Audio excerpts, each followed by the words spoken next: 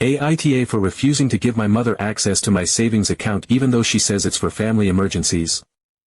When I was 18 years old, I started my first full-time job. It wasn't glamorous or particularly exciting, but it paid the bills, and more importantly, it gave me a sense of independence. My parents had always been hardworking, but money was tight growing up, so I learned the value of $1 early on. From that very first paycheck, I started saving. At first, it was just a small portion, whatever I could spare after contributing to household expenses. But over the years, as I moved into better-paying jobs and grew more disciplined, my savings started to build up. By the time I turned 24, I had a solid emergency fund and a separate account earmarked for a down payment on a house. My parents have always known I'm good with money.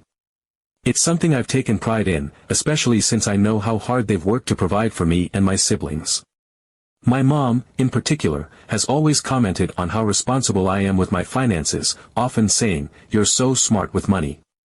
I wish I had been more like you at your age." I'd smile at her words, but deep down, I knew that part of my motivation came from seeing how much they struggled.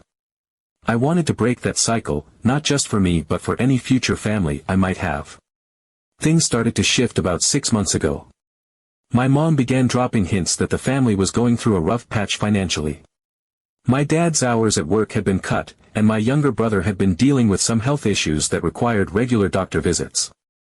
On top of that, their car broke down, and the repair bill was astronomical. I stepped in where I could. I paid for groceries for a few months, helped cover some of the utility bills, and even chipped in for my brother's school supplies and extracurricular fees. It wasn't easy, but I didn't mind. They're my family, and I love them. But recently, my mom's requests have become more intense. One evening, after dinner, she sat me down and brought up the family's financial situation again. This time, though, she had a specific ask. She wanted access to my savings account. Not just to borrow money or ask for help when needed, but full, unrestricted access. She framed it as a precaution, saying that with all the unexpected expenses lately, it would be helpful for her to have the ability to withdraw money quickly if an emergency came up. I was stunned.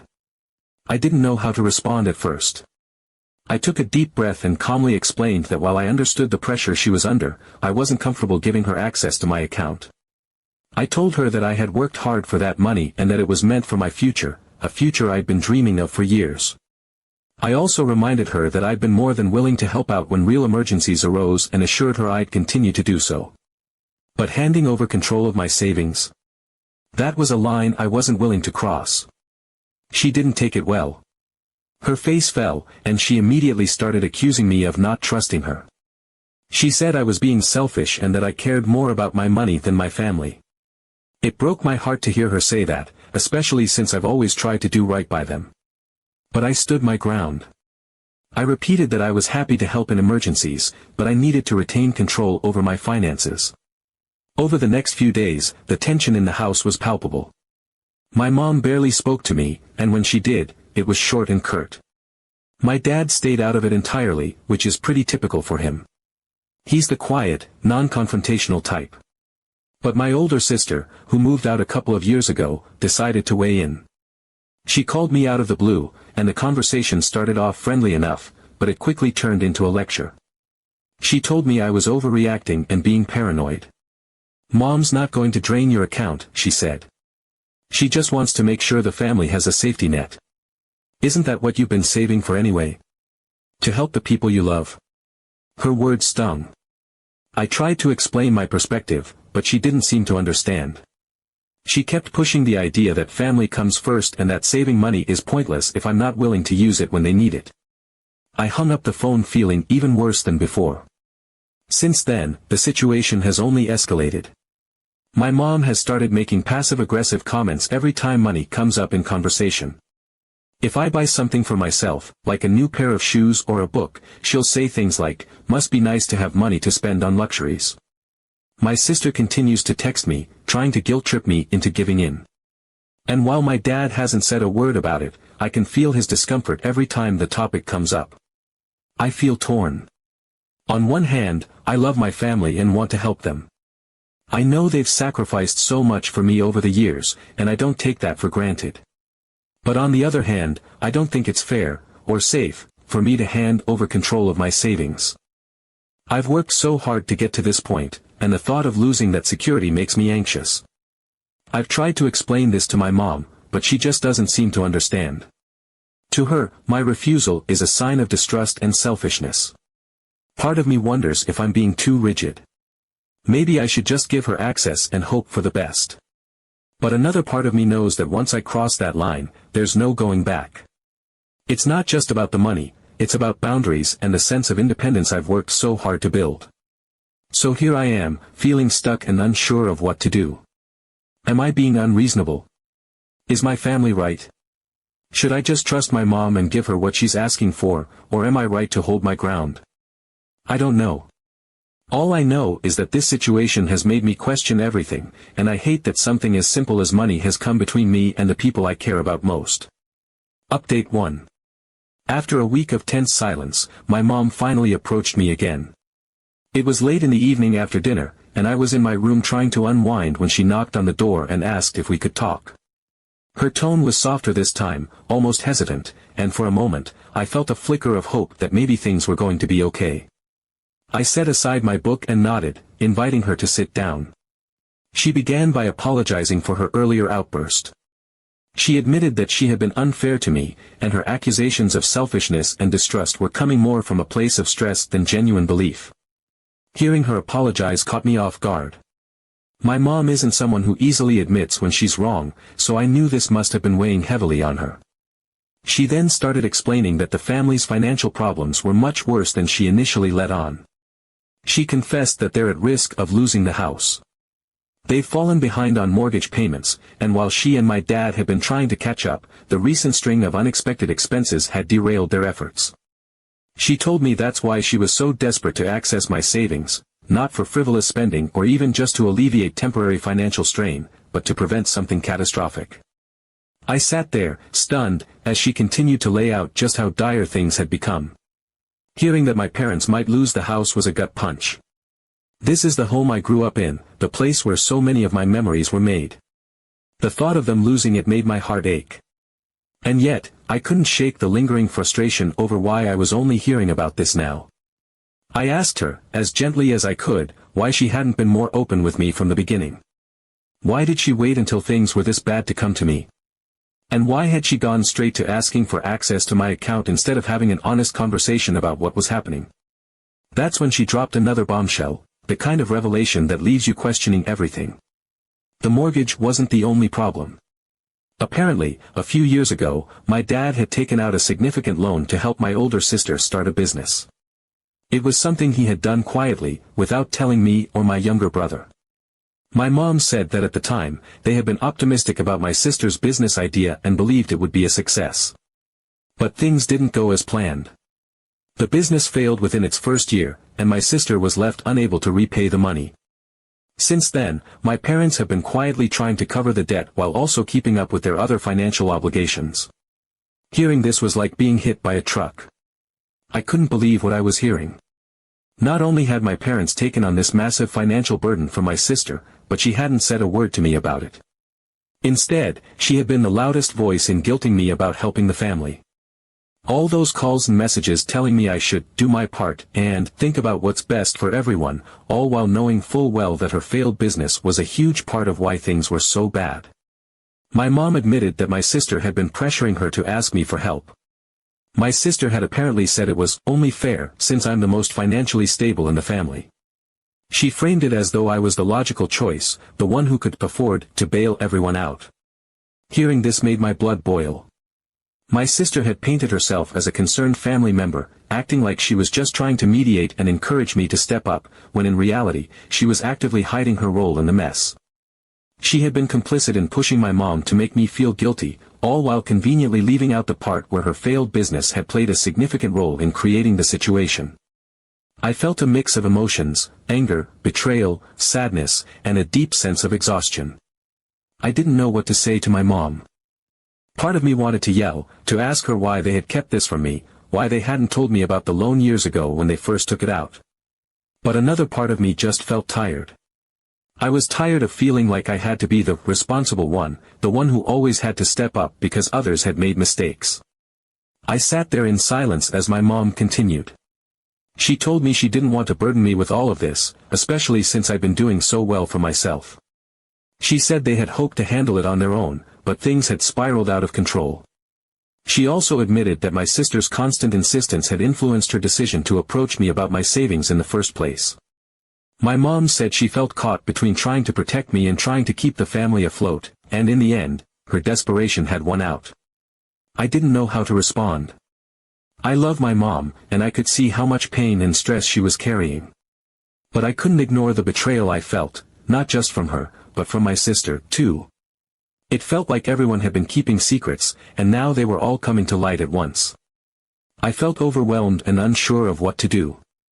I wanted to help my family, I really did. But I also felt like I needed to protect myself. I had worked so hard to build financial stability, and the idea of jeopardizing that because of decisions I wasn't even consulted on felt deeply unfair. I decided to take a step back and think things through. I told my mom I needed time to process everything and figure out what I could realistically do to help without putting my own future at risk. She seemed to understand, but the tension in the house remained. My sister, on the other hand, hasn't said a word to me since I found out about the loan. I'm not sure if it's because she feels guilty or because she's upset that I haven't immediately swooped in to fix everything. I still don't know what the right move is. Part of me feels like I should step up and do whatever it takes to help my parents keep the house. But another part of me feels like I've already done so much, and it's not fair to ask me to shoulder even more of the burden, especially when I wasn't part of the decisions that led to this mess in the first place. All I know is that this situation has left me feeling more conflicted and hurt than ever. Update 2. After learning about the loan and my sister's involvement, I couldn't shake the nagging feeling that something still wasn't adding up. The whole situation felt murky, like there were layers to this mess that I hadn't uncovered yet. My family's behavior had already eroded my trust, and the more I thought about it, the more uneasy I felt. I needed clarity, and I decided the only way to get it was to dig deeper. One evening, while my parents were out running errands, I found myself in the living room. My mom had been sorting through some paperwork earlier that day, and a stack of documents was still sitting on the coffee table. At first, I hesitated. It felt invasive to go through her things, but then I reminded myself that I wasn't doing this out of spite, I just wanted answers. I started flipping through the pile, carefully sifting through bank statements, utility bills, and random receipts. Most of it was exactly what I expected, evidence of overdue payments and mounting financial stress. But then I stumbled across something that didn't fit. It was a bank statement for an account I didn't recognize. The account wasn't in my name or the joint account my parents use for household bills, it was solely in my mom's name. And the most shocking part? It had a balance of several $1,000s. I stared at the statement, my heart racing. I felt like I'd uncovered a secret I wasn't supposed to know. My first thought was disbelief. How could they be in such dire straits, to the point of asking me for access to my savings, when my mom had a substantial amount tucked away in this account? My mind raced with possibilities. Maybe this was money she'd forgotten about, or maybe it was earmarked for something specific that I didn't know about. But even if that were the case, why hadn't she mentioned it when she was pleading with me to help them? When my parents got home, I couldn't keep it to myself. I confronted my mom almost immediately. At first, she tried to deny it. She acted confused, asking what I was talking about, but I wasn't buying it. I pulled out the statement and handed it to her. Her expression changed instantly. She looked cornered, like a deer caught in headlights. After a long pause, she admitted that the account was hers and that she'd been setting aside money for years.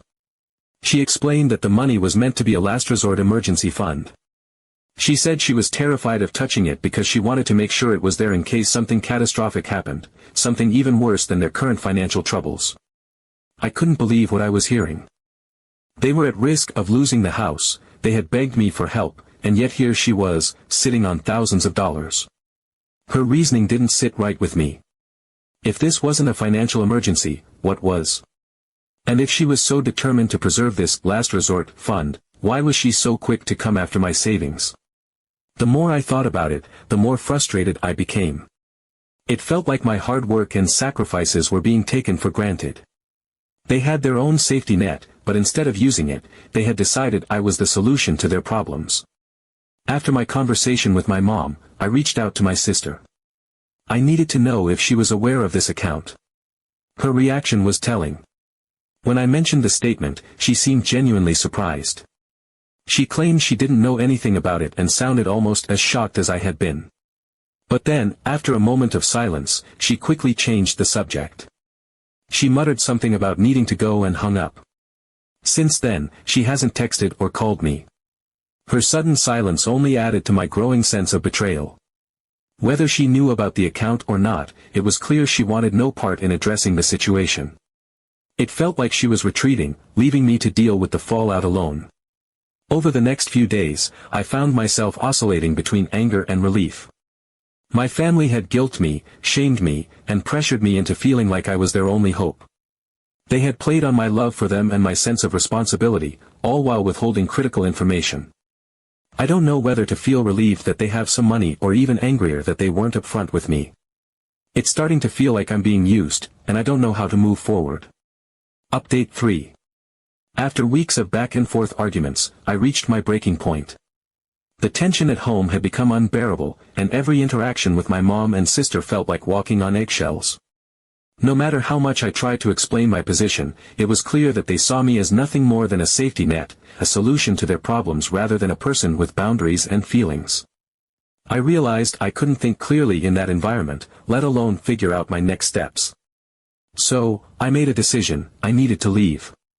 A close friend of mine, someone who had been a pillar of support throughout this ordeal, offered me a place to stay temporarily.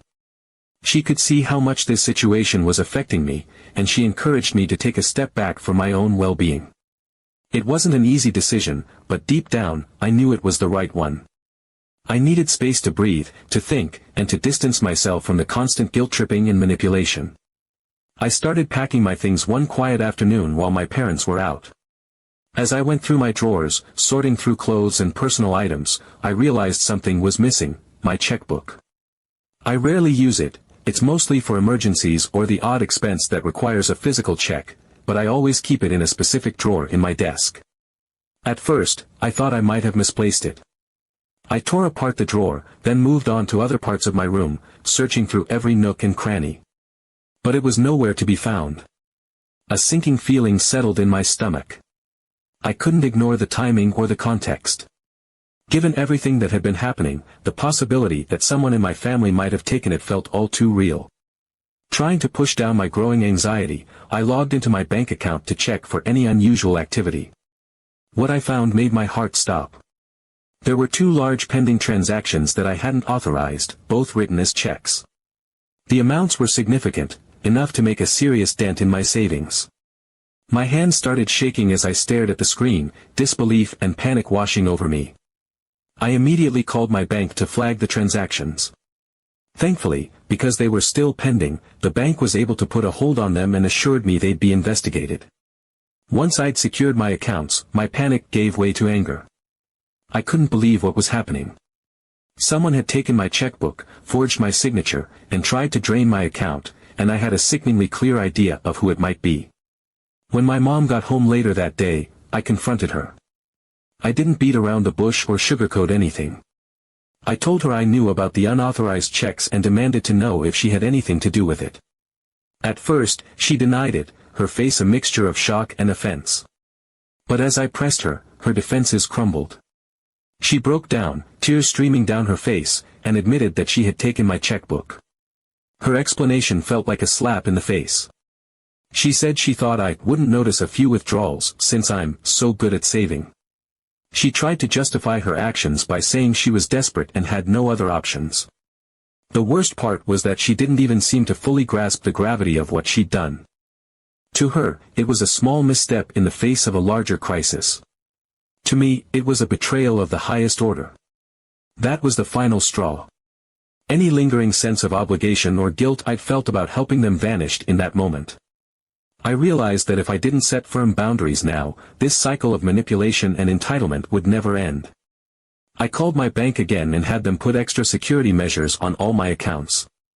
I locked down online access, added two-factor authentication, and requested alerts for any unusual activity. I wasn't taking any chances. I also made the difficult decision to cut off all financial support to my family, at least for the foreseeable future.